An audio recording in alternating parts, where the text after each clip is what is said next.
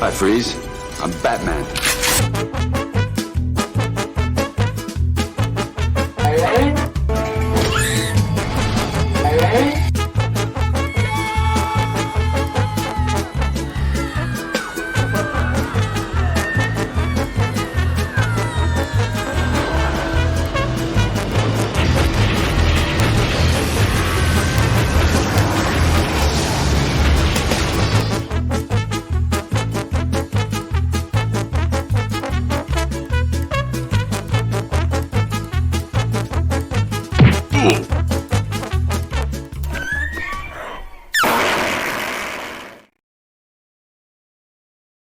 Hello! Ça fait longtemps, je le Très sais. longtemps. Oui, il y a de plus en plus d'espace entre nos vidéos, mais c'est la vie, on est obligé de gagner notre vie. Oui. Et c'est pas avec YouTube qu'on le fait, vous vous en doutez, mais on est là, on tient bon, on continue! Oui, vous pouvez nous supporter bien sûr sur YouTube avec like. Vous pouvez dire à vos amis, partager notre vidéo, puis surtout abonner. C'est cela. Notre dernière vidéo était sombre. Et là, ben, détendez-vous, ça va être beaucoup plus léger. Comme mes vêtements aujourd'hui. C'est clair, ben Parce oui. que malheureusement, il fait 58 degrés dans cette putain Ben, de c'est chambre. ça. Fait 40 dehors puis au moins 50 en dedans. Ouais, Non, c'est pas une raison pour pas travailler. Non, C'est ça. non, non.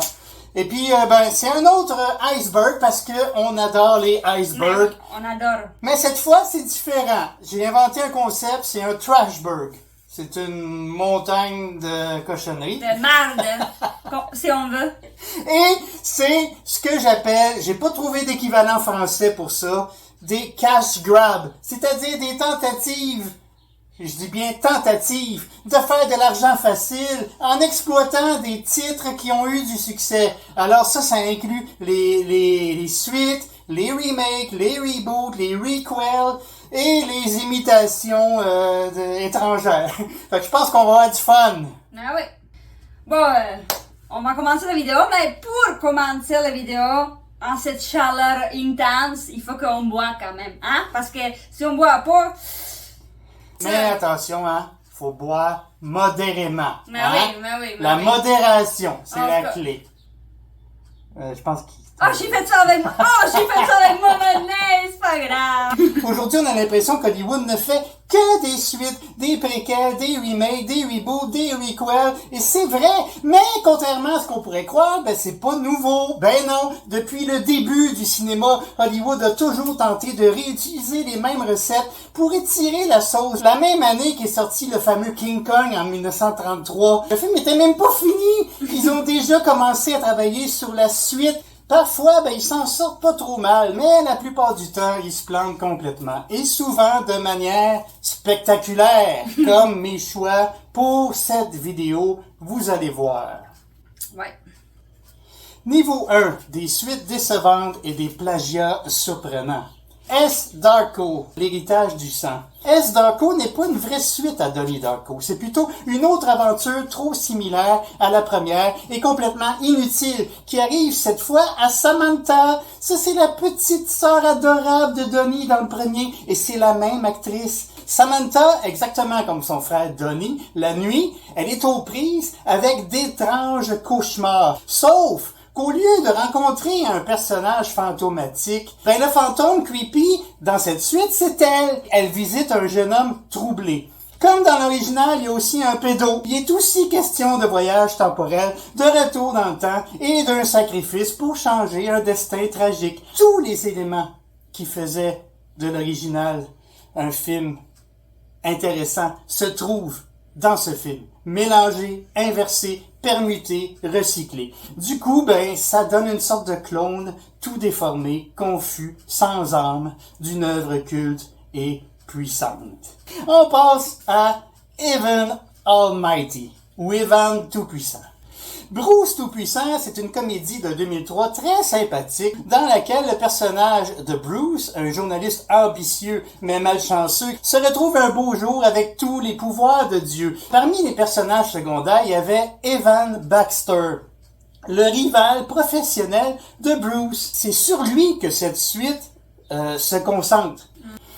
Au lieu de prendre temporairement la place de Dieu, ben Evan, lui, il va se transformer progressivement en Noé. Ouais. Ouais. Il va être investi malgré lui de la mission, non pas de sauver le monde, mais la ville où il habite. D'une inondation imminente et devra construire un bateau géant pour abriter un couple de chaque espèce animale et les habitants aussi de la communauté pour les empêcher de se noyer. Pourquoi doit-il faire ça obligatoirement en portant une grosse barbe blanche et la robe primitive de Noé? Ben, juste parce que ça amuse Dieu. Le film original fonctionnait grâce à sa prémisse extrêmement simple, donner un pouvoir infini à un être loufoque et immature. Ça restait simple et ça n'abordait pas l'aspect religieux de son sujet. En prenant un chapitre de la Bible comme sujet, Noé et son arche, cette fausse suite fait complètement fausse route. Le film fonctionne sûrement très bien en tant que divertissement familial, mais en tant que suite, ben c'est un projet douteux, qui part d'une mauvaise idée et qui n'a aucune raison d'être. Bref, c'est un pur cash grab. Next! An American Werewolf in Paris, ou le loup-garou de Paris. Comment il s'est rendu de London à Paris? Non, c'est En pas, avion? ça n'a pas rapport. Il s'est rendu en avion? En 1981, John Landis a changé de cinéma d'horreur avec Le Loup-garou de Londres. 16 ans plus tard est sortie une suite qui racontait l'histoire d'Andy, un jeune Américain en vacances à Paris avec ses deux potes un peu débiles qui, alors qu'il s'apprête à sauter en bungee du haut de la tour Eiffel. C'est débile. Quelle intelligence! Il fait la rencontre inattendue de Joséphine, une jeune et belle Française suicidaire. Il la sauvera grâce à son élastique de bungee et en tombera naturellement amoureux, évidemment. Mais elle se révélera être en fait une lycanthrope, une louve-garou qui appartient malgré elle à une bande de loups-garous suprémacistes dirigée par un certain Claude, le mâle alpha de la meute. Le film reprend les meilleures idées de l'original, mais en beaucoup moins bien. Le Jack Zombie de l'original, il était cool, il était drôle, on aimait chacune de ses apparitions. Il était aussi sérieux et solennel quand c'était le temps de l'être. Les zombies de cette suite font beaucoup d'efforts pour être drôles, mais sans jamais y arriver. On dirait par moments un film pour enfants de Disney. Mais le pire, l'aspect qui gâche complètement ce film, ce sont les effets spéciaux digitaux absolument horribles. J'ai jamais vu des effets spéciaux aussi ratés, même selon les standards de l'époque. Même à l'époque, quand je l'ai vu, j'avais envie de vomir tellement c'était laid. C'est complètement raté. En plus de l'animation, le design des loups-garous est à chier. Ouais. Les loups-garous de ce film ressemblent à tout, sauf à des loups. Si l'original avait été médiocre, ça aurait mieux passé, cette suite. Mais parce que c'est la suite au meilleur film de loups-garous, ben cette suite est un lamentable échec. Mais je comprends pas, tu sais, parce que même les Fright Night, les transformations de chiens, si on veut, C'était ou de formidable. loups vers les humains, c'était vraiment cool, là. Puis Ouais. après, ils font ça. Genre, Ouais. réfléchissez un peu, hein, apprenez de le passé, hein, justement. Mais non. En tout cas. Et ça nous mène à The Wicker Man, ou le dieu d'osier. Ouais. Not the peace! Ouais, c'est ça, exactement. Alors le film britannique, l'original, ça raconte l'histoire du sergent de police britannique Neil Howie, un chrétien très dévot. Il se rend sur une île écossaise isolée pour enquêter sur la disparition d'une jeune fille, après avoir reçu une lettre anonyme. Howie est troublé par la population de l'île qui voue un culte à des dieux païens. Howie réalisera qu'il s'est fait piéger en beauté. Il finira enfermé dans une statue géante que les villageois enflamment et dansent et chantent tout autour, pendant que le pauvre Howie récite sa Bible et maudit les habitants avant de mourir brûlé vif.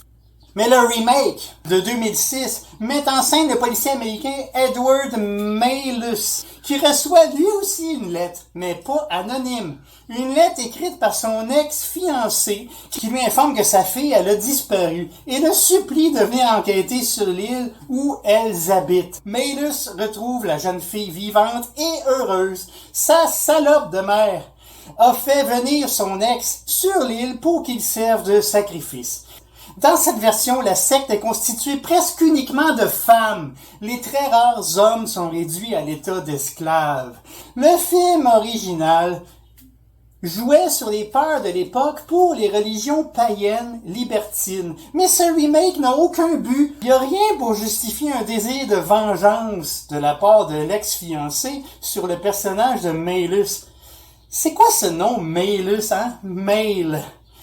En tout cas, aussi, c'est bizarre et involontairement très drôle de voir Nicolas Cage passer son temps à cogner les femmes. Et encore, Ça, c'est la plus drôle. surtout quand il est déguisé en nounours. Ouais. Le film original était un classique bizarre et un peu chiant par moments, mais un classique quand même. Oui. Le remake est un pur nanar Ouais. et je l'apprécie en tant que nanar. Nanar. J'ai eu beaucoup Ouais. de fun à le regarder et je vous le conseille si vous aimez les nanars. Pourquoi? Parce que il me fait rire chaque fois. Not the beast!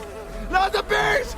Ah! Oh, my eyes! My eyes! Ah! Tu sais, parfois, nous aussi, hein, dans notre petite cour, on construit un petit truc en bois, on se tient par main, on fait le feu, puis on fait Kumbaya, my lord, avec le cri de... Mais attention, révèle-en pas trop. C'est ça, oui. Next film! Oui, alors là, on va changer de registre. N-Tyran. C'est à la fois génial et ridicule. Et c'est pour ça que j'aime ça. N-Tyran veut dire machine ou robot en tamoul. Ben oui. Alors, le film, qui est en fait le premier d'une série, raconte les difficultés d'un scientifique pour contrôler un robot qu'il a mis au point lui-même. Un robot qui ressent des émotions, qui tombe amoureux de la femme du scientifique et qui décide qu'elle sera sienne. La situation dégénère au point que son créateur n'a plus d'autre choix que de démonter son robot. Sauf que les pièces de celui-ci tombent entre les mains d'un autre scientifique, rival du Méchant. premier et malveillant, qui transforme le robot en une arme de destruction massive, inarrêtable et indestructible. Alors si j'ai choisi de mettre ce film dans mon Trashberg, c'est parce que visuellement, le look du robot rappelle évidemment beaucoup celui du Terminator et les effets visuels rappellent aussi beaucoup ceux de The Matrix. Mais l'histoire, sans être originale, réussit à se démarquer. Et franchement, pour son style, pour sa folie et l'immense inventivité des scènes d'action, je pense qu'il faut vraiment voir ce film. Malgré ses nombreuses et interminables scènes de danse du style Bollywood. C'est pas des bouts de chansons, c'est des chansons complètes. Ouais, c'est ça.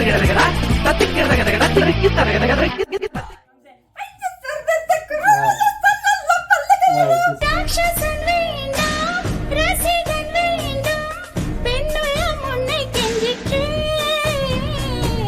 Ils ont été comme, ok, Parfait. fini, that's it, coupé.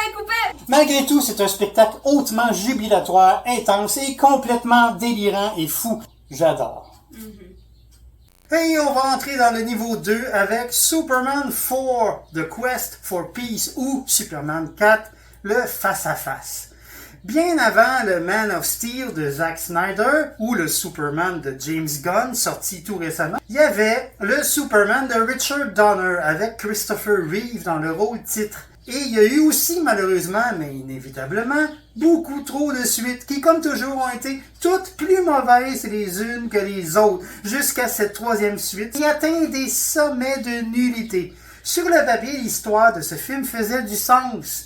Et ça collait avec le climat politique de l'époque. Superman est pressé par la population et surtout par le souhait d'un enfant innocent de faire quelque chose pour stopper la course à l'armement nucléaire par les grandes puissances mondiales. Sur papier, c'était une bonne idée, mais au niveau du rendu, oh boy! Bon, ils ont fait ce qu'ils ont pu, c'est clair. Hein? Parce que la Canon, le studio qui a produit le film, était aux prises avec une grave crise financière et il a fait passer le budget initial de 36 millions à 17 millions. Une coupure de plus de la moitié du budget, bordel. Mais tabarnak, les films de Neil Breen ont de meilleurs effets spéciaux que cette merde. C'est pas des blagues. Les premiers Superman ont toujours eu un côté débile et ridicule, hein? Admettons-le, c'était pour la famille. Mais là, le film est moins crédible qu'un Bugs Bunny, bordel. Dans ce film, une femme survit sans aucun problème, sans combinaison et sans casque, dans l'espace.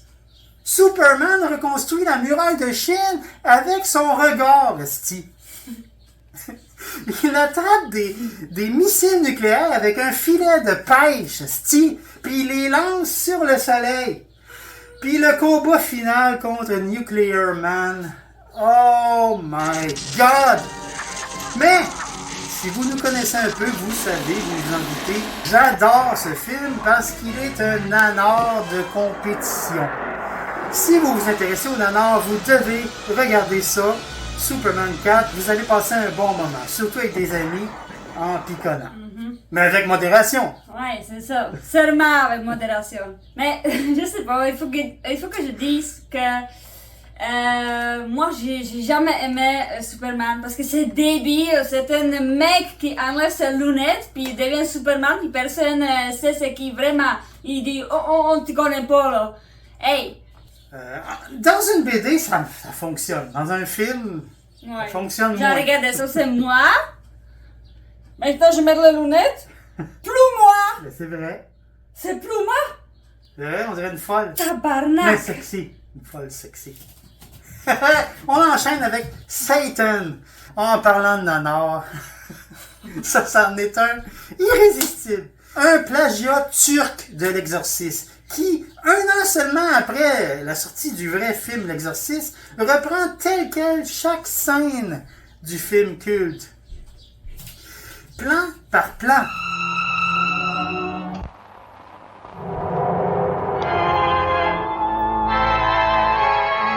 Artık iğrenç yalanlarınla insanları aldatamayacaksın. Sans une once de talent ni budget, mais avec des tonnes de zoom-in puis zoom-out. Parce que, apparemment, les réalisateurs, ils pensaient que c'était comme ça qu'on mettait de l'action dans un film. Mais c'est ça, c'est vrai, regarde. Ouh! Oh boy! Ouh! C'est vrai, ça fonctionne. Ouh! Ça fait de l'intérêt quelque part. Ben oui, c'est vrai. Alors, le scénario est exactement le même, sauf pour tout ce qui fait directement référence à la religion catholique, évidemment. La religion musulmane ici.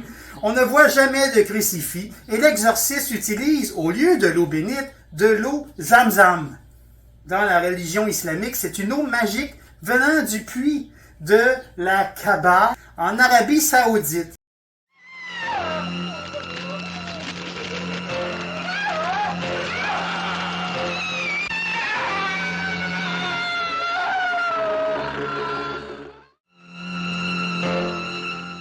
Je suis un grand fan de l'Exorciste. Comme la plupart des amateurs d'horreur, je le regarde souvent avec toujours autant de fascination aujourd'hui qu'il y a 40 ans. Mais je vous jure que j'ai eu encore plus de plaisir à regarder Satan. C'est tout dire. Mais pour toutes les mauvaises raisons. Évidemment, vous l'aurez compris. C'est un chef-d'œuvre absolu de nullité. Et c'est complet. En tout cas, pour les amateurs de nanar, c'est complètement jouissif.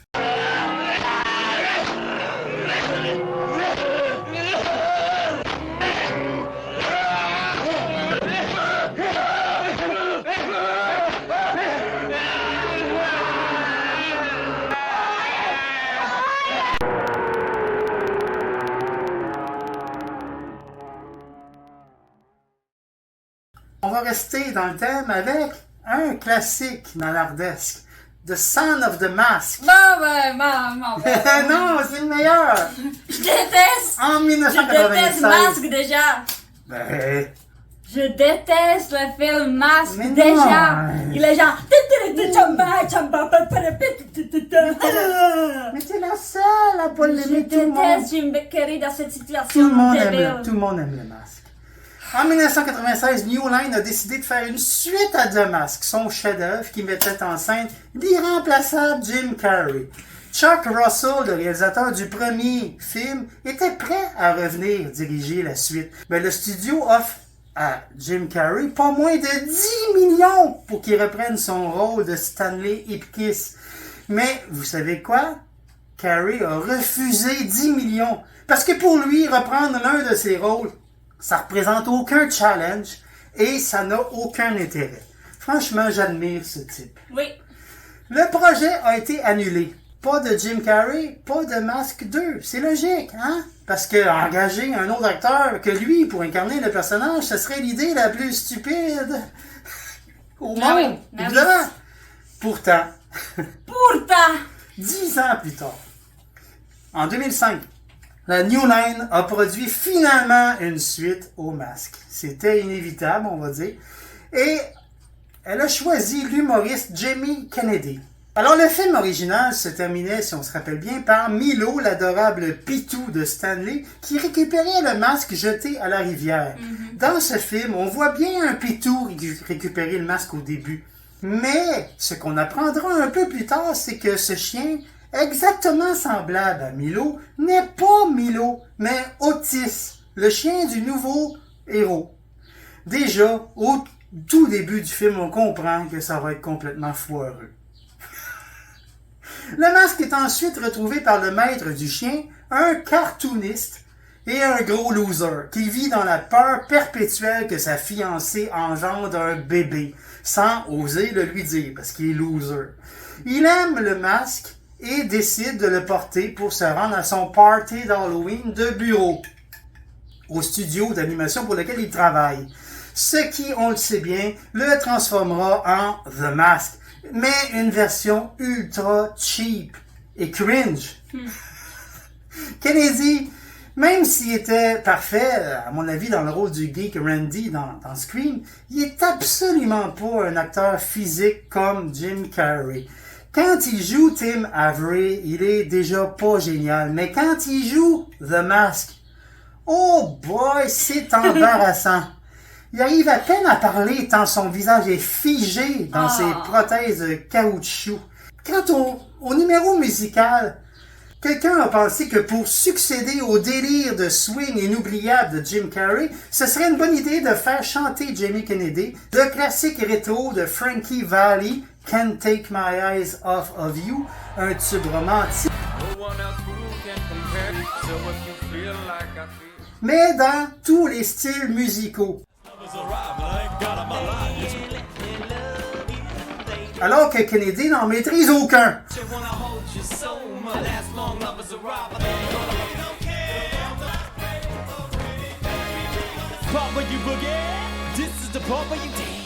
C'est un supplice visuel et auditif, mais c'est rien comparé à ce qui vient après. Avery revient de son party de bureau en étant toujours le masque. Il garde le masque. Il fait l'amour à sa fiancée en The Mask. Et elle, la conne, elle remarque rien qui cloche. Elle est juste trop heureuse que son imbécile de mec s'est fait pousser une paire de couilles, enfin. Toujours est-il que cette galipette va engendrer Alvy, le bébé The Mask. Le bébé le plus laid et le plus cringe du cinéma. Je pense que tout le monde va être d'accord avec ça. Et de loin, l'animation 3D la plus ratée de l'histoire qui a donné des scènes de pur cauchemar cinématographique. Nightmare Fuel, qu'on appelle. Dans cette fausse suite, le méchant, c'est Loki. Oui, Loki, le frère Marvel, de Thor. mais oui. Mais pas la version de Marvel. Hélas. Non. Plutôt une version pathétique et lamentable, jamais intimidant, mais souvent très gênant. Loki a l'ordre de retrouver son masque échoué sur Terre, l'ordre donné par son père. De base, c'était pas une mauvaise idée d'intégrer Loki dans l'histoire. C'était déjà établi dans le premier film que le fameux masque tout vert, lui, il appartenait à Loki, le dieu de la malice dans la mythologie nordique. Mais c'est dans l'exécution de ce film que tout se gâte. Malgré tous ses super pouvoirs, Ce Loki va galérer pendant tout le film juste pour arriver à localiser son masque. Il aura encore plus de mal à se battre contre Avery, qui même sans le masque, il est encore plus fort que lui. Tabarnak! Bref, Son of the Mask, c'est probablement la pire suite de tous les temps, mais aussi l'un des meilleurs nanars.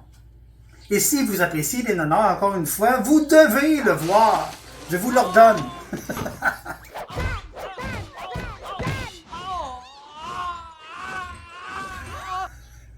Qu'est-ce qu'on obtient si on mélange une vieille légende indonésienne avec le scénario d'un des plus populaires films de science-fiction de tous les temps? On obtient un chef-d'œuvre absolu, Lady Terminator. À une époque lointaine, dans un château sur le bord de la mer, une déesse nymphomane, appelée la Reine des Mers du Sud, passe tout son temps à émasculer des jeunes hommes qu'on lui amène. Pour ça, elle s'assoit sur eux. Et c'est là qu'une couleuvre sort de sa noune et dévore leur Johnson, Johnson's baby! leur zézette. Hein? Non, j'invente rien, c'est vraiment ça le film. Les victimes s'enchaînent un jeune homme après l'autre jusqu'à ce qu'un mystérieux playboy s'amène un être spécial, apparemment venu du futur, parce que, à en juger ses vêtements modernes, il ne fit pas. La reine des putes l'amène tout de suite dans son lit sans poser de questions. Pauvre homme, sait-il ce qui l'attend? Eh bien oui, il est prêt. La déesse du cul est sur le point de chanter de plaisir, hein, si vous voyez ce que je veux dire. Enfin, un homme qui la fait jouir. Et non seulement il réussit, alors que tous les autres ont échoué, mais en plus, il réalise l'exploit en gardant sur lui son beau pantalon blanc. Ah bon? Faut le faire. Je sais pas comment il est fait.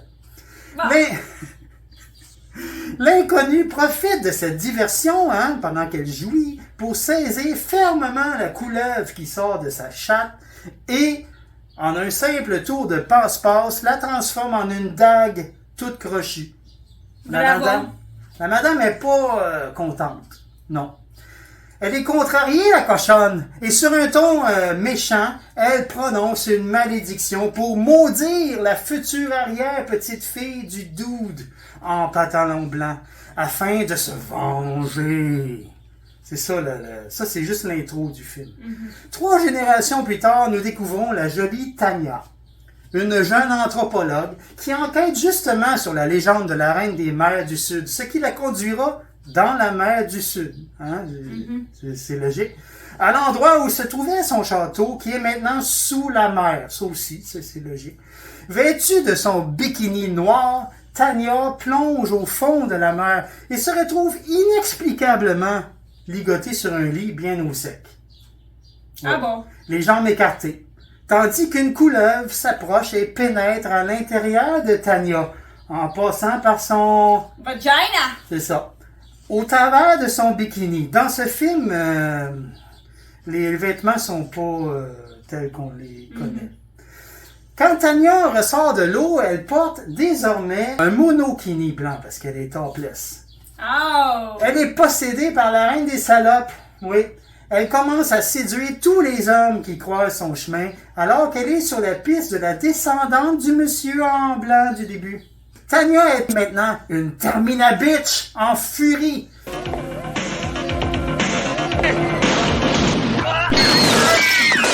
Attention!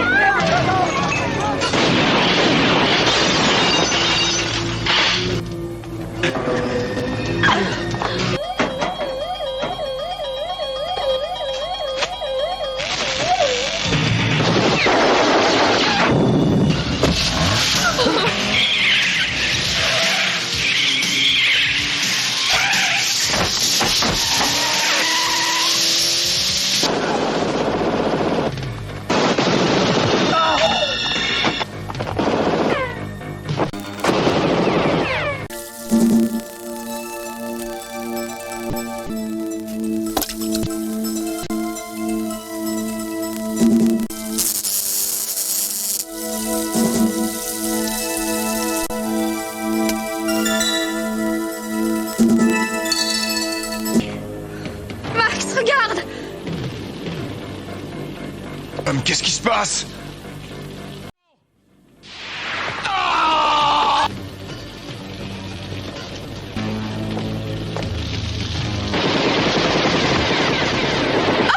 Attention!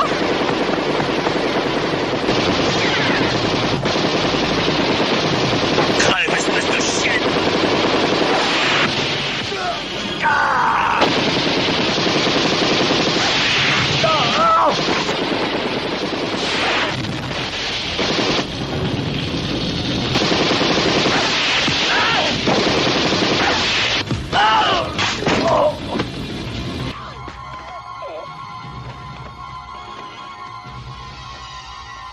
Et ce sera uniquement la dague magique que son arrière-grand-père a léguée à Erika, qui va enfin venir à bout de la Lady Terminator. Et j'adore! Je l'ai revu. Je l'avais déjà vu, je l'ai revu pour préparer cette vidéo et j'ai passé un excellent moment. Nous voilà au niveau 3, les amis, et on va commencer ce niveau avec The Rage, Carrie 2, 1999. Ce film, qui pourtant s'appelle Carrie 2, raconte en fait l'histoire de Rachel, une adolescente perturbée qui n'a jamais connu son père et dont la mère schizophrène s'est fait interner de force dans un hôpital psychiatrique et elle est incomprise et malheureuse dans sa famille d'accueil. En plus, elle subit constamment les moqueries de ses camarades de lycée. Mais évidemment, tout comme Carrie White, elle se révèle dotée de puissants pouvoirs télékinésiques. Rachel découvre que son amie Lisa s'est donné la mort parce qu'elle s'est fait séduire, abuser, puis larguer par Eric, le footballeur macho du collège. Mais le beau Jesse, un autre footballeur, tombe amoureux de Rachel et évidemment, puisque c'est une suite de Carrie, durant le bal des finissants, tout va vite basculer dans l'horreur. Mais Rachel, qui comprend à tort qu'elle s'est fait embobiner par le beau Jesse, tombe dans une rage meurtrière. Elle détruit le collège et se venge sur tous les footballeurs machos et les pétasses de cheerleaders en les massacrant avec ses pouvoirs télékinésiques. Jesse est prêt à mourir avec sa bien-aimée, mais Rachel le fait tomber dans la piscine pour lui sauver la vie.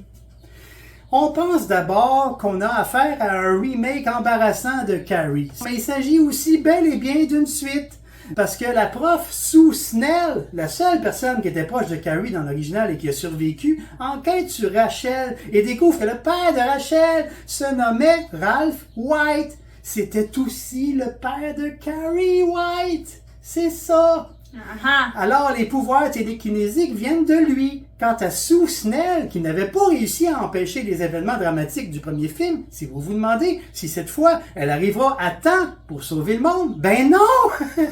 Elle crève, tuée par Carrie. C'est irrespectueux et même honteux pour les fans de l'original.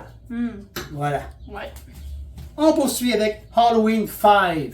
Michael Myers qui traque sa nièce de 12 ans, avec qui il partage un lien télépathique, et pour qui il verse une larme.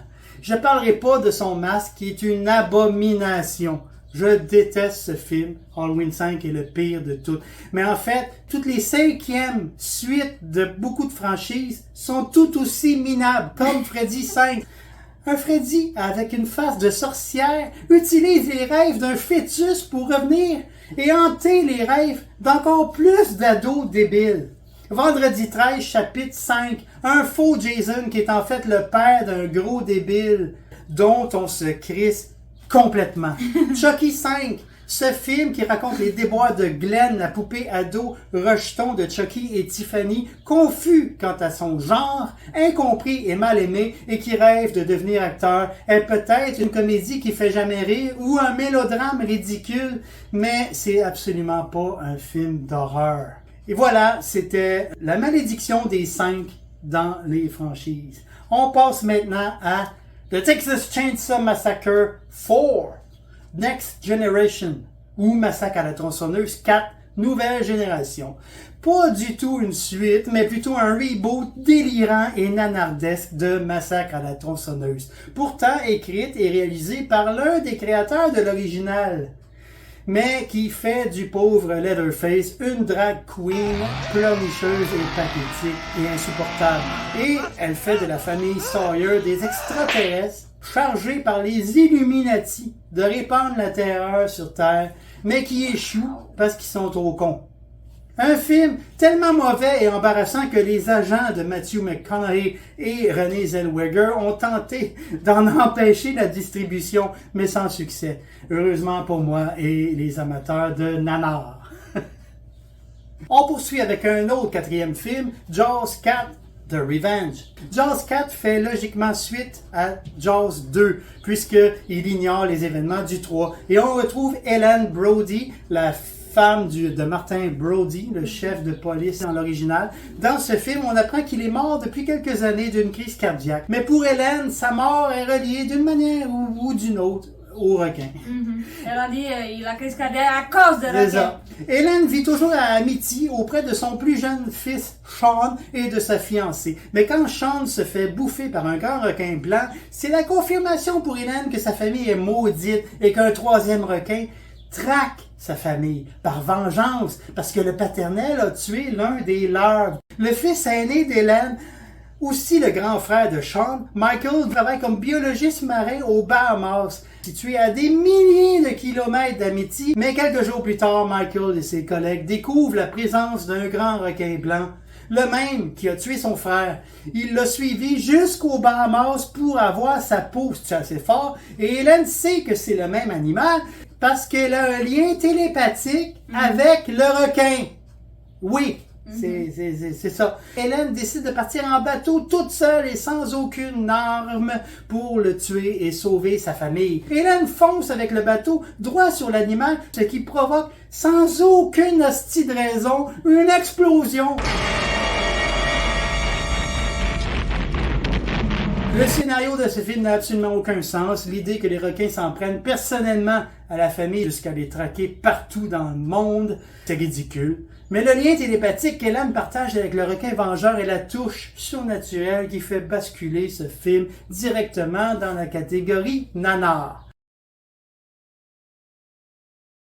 Psycho ou Psychose. Une copie plan par plan du film de Hitchcock en utilisant le scénario tel quel, le même découpage dans le même ordre, le tout identique, mais avec de la couleur. Et le casting, Vince Vaughn pour remplacer Anthony Perkins, come on, dans le rôle de Norman Bates, Anne Heche en Marion Crane pour remplacer Janet Leigh. What the fuck? Ça c'est genre n'importe quoi. Oh, et il ajoute quand même quelques fantaisies, dont des bruits de masturbation quand Norman espionne Marion.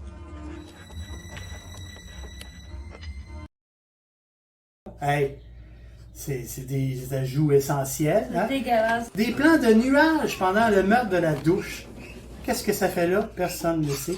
Et des plans d'une prostituée et d'une vache au milieu d'une route pendant la scène du meurtre du détective Arbogast. Quel bon choix! Bref, personne n'a jamais compris l'intérêt de ce projet de marde. C'était une idée ridicule au départ et c'est resté une idée ridicule qui a quand même rapporté quelques distinctions, il faut le dire. 3 prix Razzie, très mérités. Celui du pire réalisateur, celui du pire remake et celui de la pire actrice, bien mérité pour Anne Heche. On enchaîne avec The Omen, la malédiction de 2006. Un autre remake plan par plan, identique ou presque à l'original. Et lui aussi avec un casting complètement quelconque. En remplacement du parfait casting de l'original. Ouais. Ce remake n'a aucune raison d'exister. Et il a été produit, écrit et tourné et monté en moins d'1 an. Dans le seul et unique but de sortir le 6 juin 2006. 6, 6, 6. Wow! Nous voilà au niveau 4. C'est là où ça commence à puer vraiment. Là. On est au fond de la merde. On commence avec Look What's Happened to Rosemary's Baby. Qu'est-il arrivé au bébé de Rosemary? Saviez-vous qu'il existe une suite au bébé de Rosemary? Pense pas, hein? Le classique de Roman Polanski.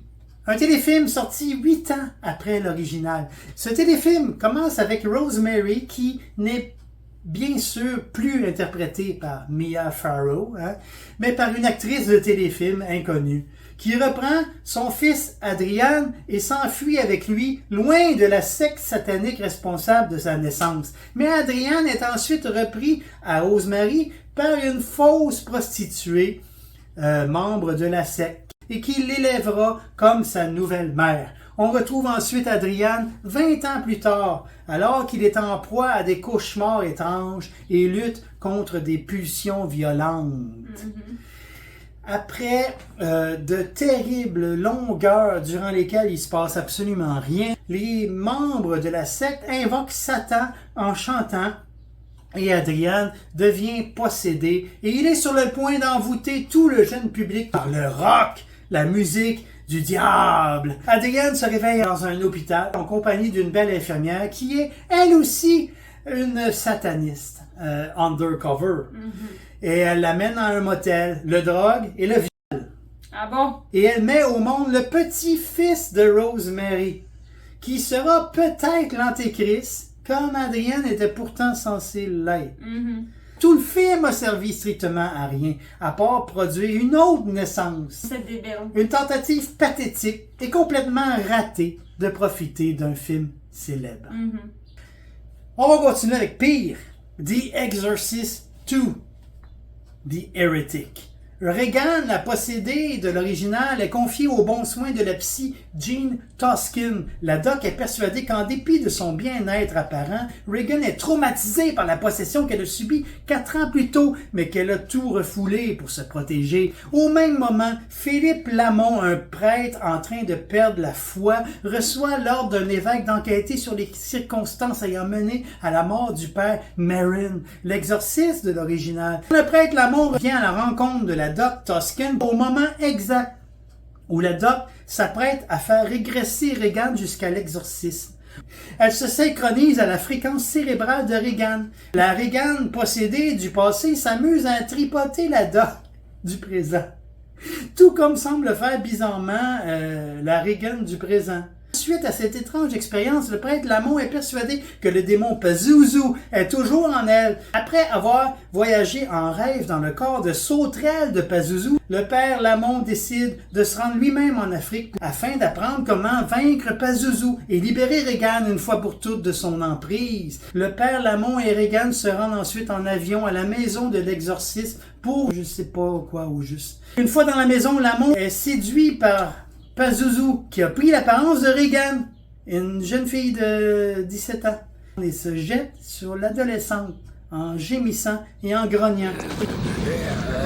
Regan ramène le prêtre à la raison et celui-ci, maintenant super prêtre, plonge sa main dans la poitrine de Regan, démon, et lui arrache le cœur, tandis que la maison tombe en morceaux. C'est alors que Regan exécute la danse magique qui tue instantanément les millions d'insectes et chasse Pazuzu de notre monde pour le renvoyer aux enfers. Et le père adopte la jolie adolescente et ils partent ensemble vivre d'excitantes aventures.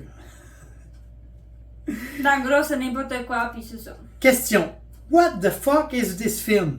Comment Richard Burton, une légende du cinéma, s'est retrouvé là-dedans? Comment le talentueux John Boorman, qui a pourtant réalisé Deliverance, a pu faire ce film de marde? Linda Blair, l'interprète de Regan, affirme qu'au départ, le scénario était bon, mais qu'il a été réécrit tant de fois par plein de monde que tout ça a donné au final cette chose complètement confuse, absurde et indigeste. Pendant que je préparais cette vidéo, est sorti un autre nanar, The War of the Worlds, la guerre des mondes. Comment, à partir d'un immense classique de la science-fiction, on arrive à produire un lamentable navet? D'abord, on montre toute l'action uniquement sur un écran d'ordinateur. Puis, on caste Ice Cube, le rappeur des années 80, dans le rôle principal, la gueule la plus antipathique du cinéma. Dans l'histoire classique, qui a été brillamment mis en scène au moins 2 fois, et beaucoup moins brillamment plein d'autres fois, la Terre est soudainement envahie et attaquée par des extraterrestres qui attrapent les humains et s'en servent comme source de nourriture. Mais dans ce remake complètement pourri, les aliens ne se nourrissent plus de nous, mais de nos données informatiques. Parce que dans l'univers débile de ce film, nos données sont plus vitales que notre air, notre eau et notre nourriture. Aussi dans ce film produit par Amazon, la seule chose qui représente la vie privée des gens, c'est leur panier d'achat d'Amazon. Le mec travaille en tant qu'expert en surveillance pour le département de la sécurité intérieure et dans le cadre de son travail, il a accès à toutes les caméras de la ville pour surveiller les citoyens. Mais le salaud, il se sert surtout de cet équipement pour espionner ses propres enfants. Son travail le conduit à traquer un théoricien du complot masqué qui essaye d'alerter la population sur le web en les informant que leur propre gouvernement leur ment et leur vole toutes leurs données au moyen du plus gigantesque programme secret appelé Goliath. Et par le plus pur des hasards, le pirate n'est nul autre que son propre fils. Les créatures extraterrestres sont en partie cybernétiques et en partie biologiques.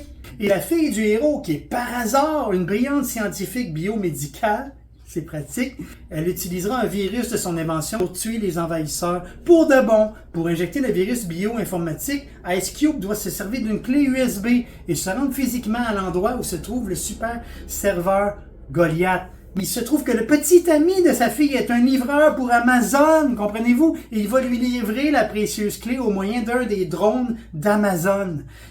Ice Cube activera bien entendu en passant une commande sur Amazon.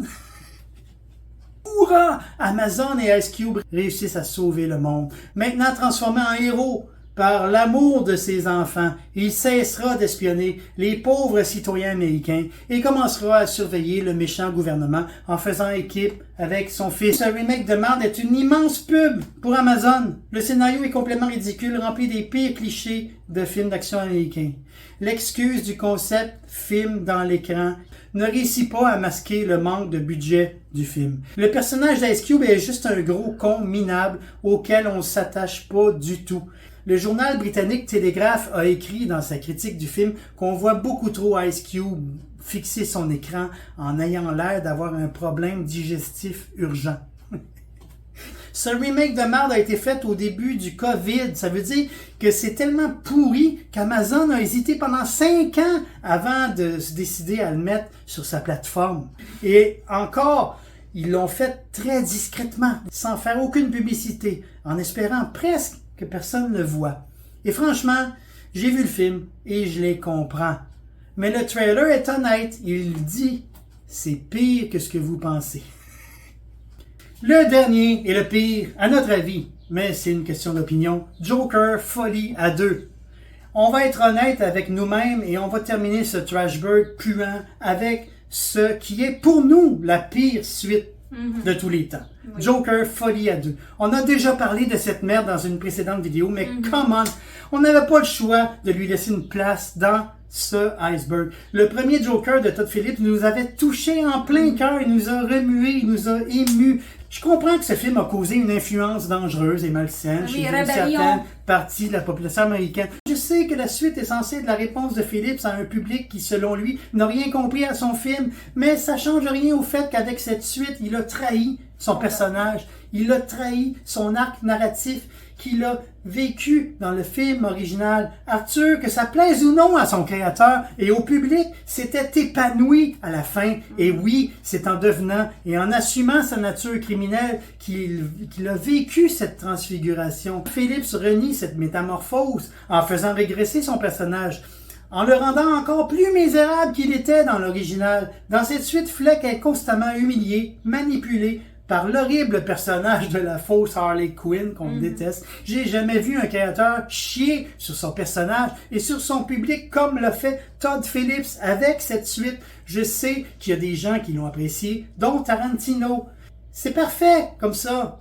Vive la diversité des goûts et des opinions, mais pour moi, cette Folie à 2 est et restera la pire suite de tous les temps. Et c'est pourquoi je termine mon iceberg avec cette merde. Oui, t'as raison, t'as bien raison. La plus puante de tout.